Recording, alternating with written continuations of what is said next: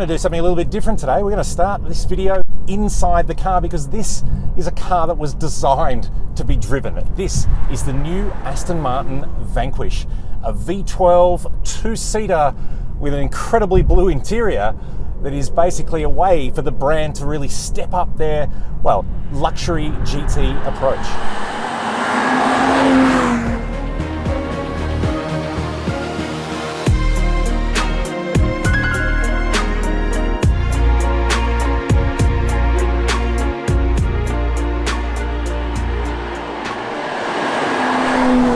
So yes, rather than walk around the car and show you all the bits and pieces, which I will do shortly, it's worth having a look and really trying to understand what Aston Martin is doing with the new Vanquish. Because I think the interior of this car, which, yes, your color balance isn't incorrect, your eyes are not deceiving you, is entirely blue. It is pretty rude and it is absolutely spectacular, but this is part of what Aston Martin want with the Vanquish.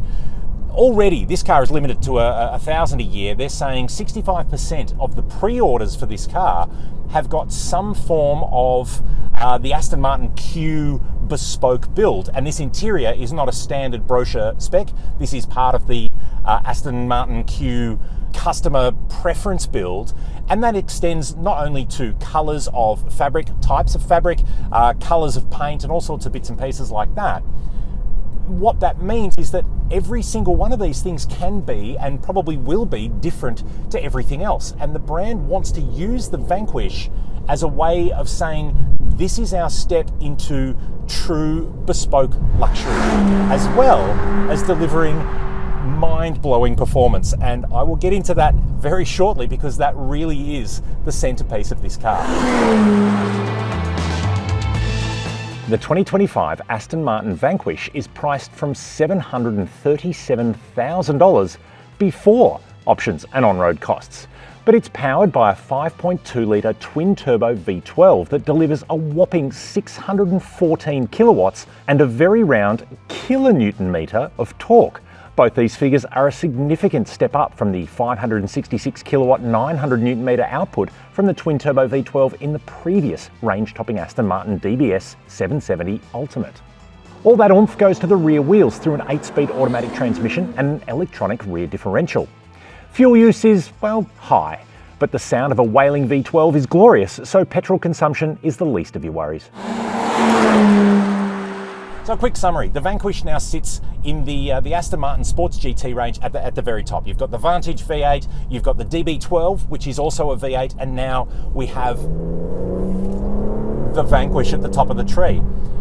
And I'm here in Sardinia dealing with some tight, windy roads to really try and understand what the Vanquish is going to be, because this is a custom car. Essentially, the Vanquish is using its own platform. It's got a longer wheelbase than the DB12. It's got its own brake development. It's got its own tyre development. It uses Pirellis rather than Michelins. There is so much uniqueness to this car that the brand really wants it to stand out as not just being a fancier or a V12 DB12. It is truly a statement car, and I think starting off with a crazy blue interior is a really great way to do that. So let's talk about the heart of the beast, the 5.2-litre twin-turbo V12. Now, you've got 614 kilowatts and 1,000 newton meters of torque available. But the key is not so much just the big numbers that have come from this. So it's not the Aston's first V12. This is a reimagining of the V12 that they've had over a number of years. And in the presentation, to explain what the changes are, they simply said, what has changed? Everything. So they've re-looked at what a V12 means, especially in an environment where we are looking for efficiency and environmental concerns. And if you're saying I've got a near a kilonewton of torque from a 600 kilowatt 12-cylinder engine, in a world where people are saying maybe you should be looking at electrification and hybridization, what they've done is actually design this engine to be as efficient as possible, both in a performance and in an urban environment, which sounds a bit kind of counterintuitive for a V12, but it's where they want to be with this car, and it's where it sort of needs to be for a modern world. Will this be the last V12? Probably, but the fact that you can still develop this car to run in very strict emission standards around the world is a pretty big testament to the amount of work that they've done. So now let's talk about performance, because really that's where this thing shines. What Aston have done with this car is so much of the performance delivery of the 12-cylinder engine is governed by the drive mode that you're in. So you've got the usual GT mode, which we're in now. You've got Sport Plus, there's an individual mode. It changes things as you would be used to with your damper settings on your suspension, the shift control timing. But what the main thing that they do with this is it remaps the torque delivery of this engine. So if you're in GT mode in, say, third gear, they have basically throttled the amount of response that you can push out into the onto the road below to keep it relatively manageable, I guess. But if you switch it into sport, that entire personality of the engine completely changes, and you probably can't tell from the video, but here we are. We're in sixth gear. I'll drop it down to a few. We're in fourth, third. I'm coming around a corner here. Now, watch this.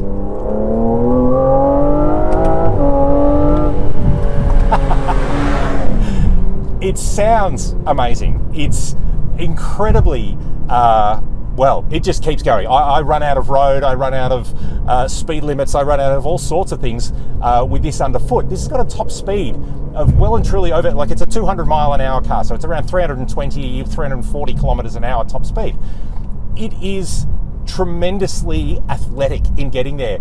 You can sort of feel it sprinting, but the idea that you can have a car that can relax and be a grand tourer with that V12, but can also be a particularly exciting car to drive is, well, it's kind of what you want from this thing. If you're enjoying this clip and want to see even more, don't forget to subscribe to the Drive YouTube channel. So now we understand the V12, let's talk about everything else. It is rear-wheel drive. It is a two-seater, not a 2+2. It is a personal car. You've got, obviously, a lot of the work that Aston Martin has learned from the motorsport side of things, and even the other vehicles in their lineup. And the way that this thing approaches the flexibility of being something that is a little bit special from all the other sides of things, it is really quite good. Road holding, now again, I will preface this by saying I'm sitting on a completely different side of the car, on the wrong side of the road than what I'm used to. It is not really the environment on windy Sardinian roads to really push this thing, but I have seen some of the other media really start to wind it out, and the level of grip is pretty good. I'm not pushing this thing to the limit by any stretch, but it does feel particularly planted.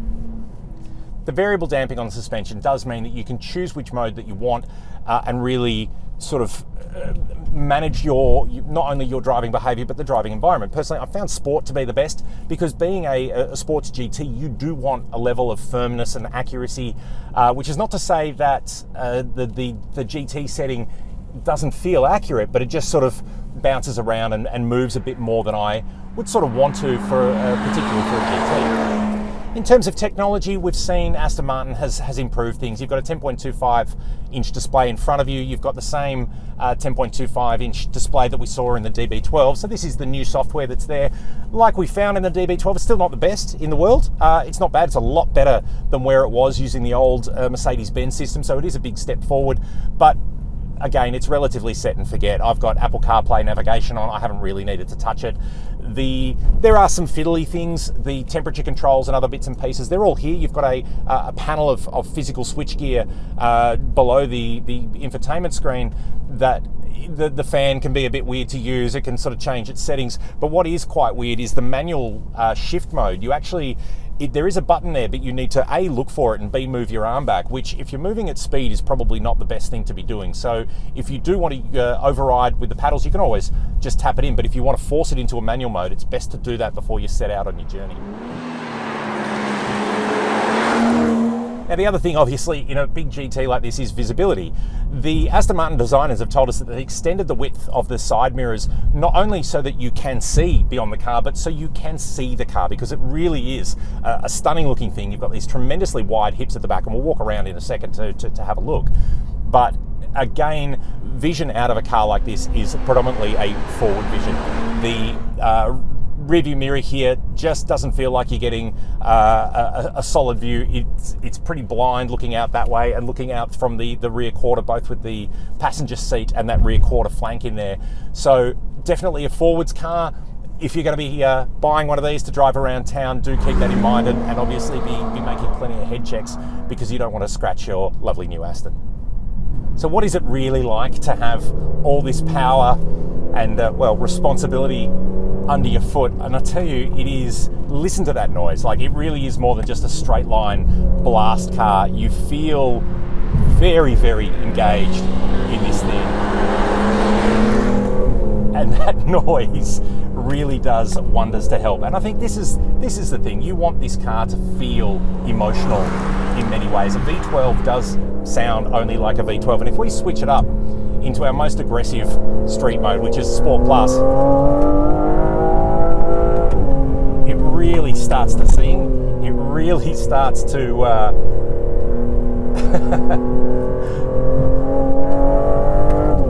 what a car. And look, and I'm sorry I'm not talking through that. I actually think you probably want to hear it, but I am concentrating, given this is a very big car. And I think winding roads of Sardinia and a very large Aston Martin are probably not immediate bedfellows, but it does feel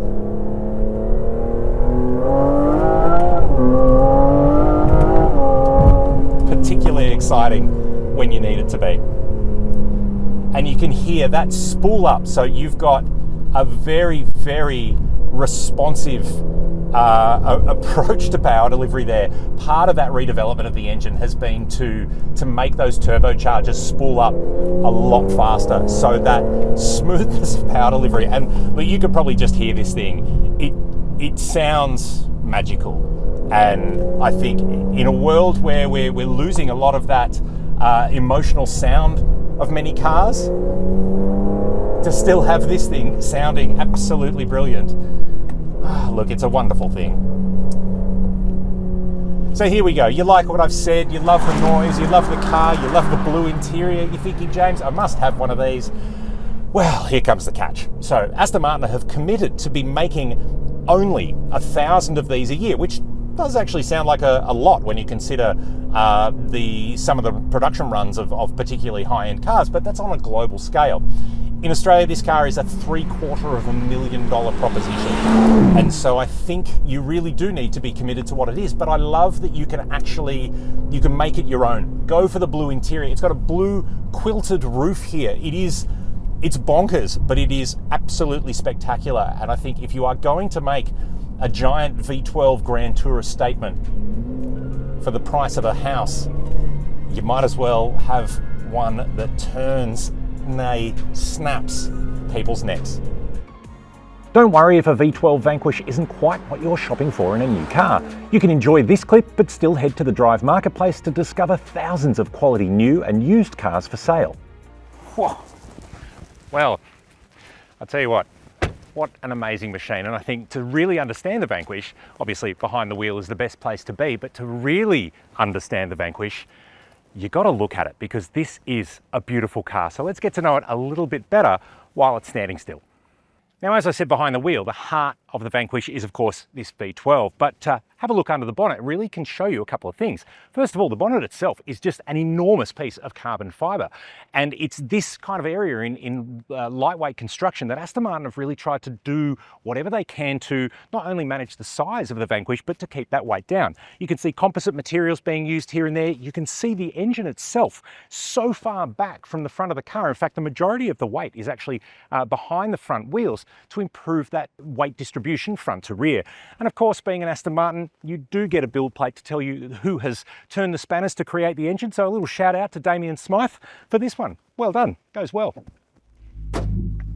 Now, I know I mentioned it while we were driving, but the blue interior really does need to be seen and taken in to be believed. It is absolutely magnificently over the top, and I think this is part again of the appeal of the Vanquish. You can have it any way you want, and I think by the example of this car, if I told you a white car with blue interior, you'd think, James, you've lost your mind. But to see this in the metal, in the flesh, in all its blueness, it works. And it basically means that if you want a Vanquish, any idea is possible in terms of specification. What do you think about the blue interior? I'm personally a big fan. Let us know in the comments below. If you like it, hit the like button. Now, the skies are about to open, but one of the best things about the Vanquish is it comes with a really nice Aston Martin umbrella in the boot. So we'll finish off with this before the rain really does start to come in. The car will land in Australia next year. It is priced from $737,000 plus options and on-road costs. So really, this is a $1 million car. Does it feel like it? Absolutely. Does it sound like it? You better believe it. But if there's anything more that you want to know about the all-new Aston Martin Vanquish, you can hit us up on Drive.com.au for a full review, more photos, a few more extra bits and pieces of video. And if there's any question that you would like to know, and I would like to know from you, if you are going to spec one of these, white with blue, grey with green, red with tan, you tell me what you choose, and I'll see you next time at Drive.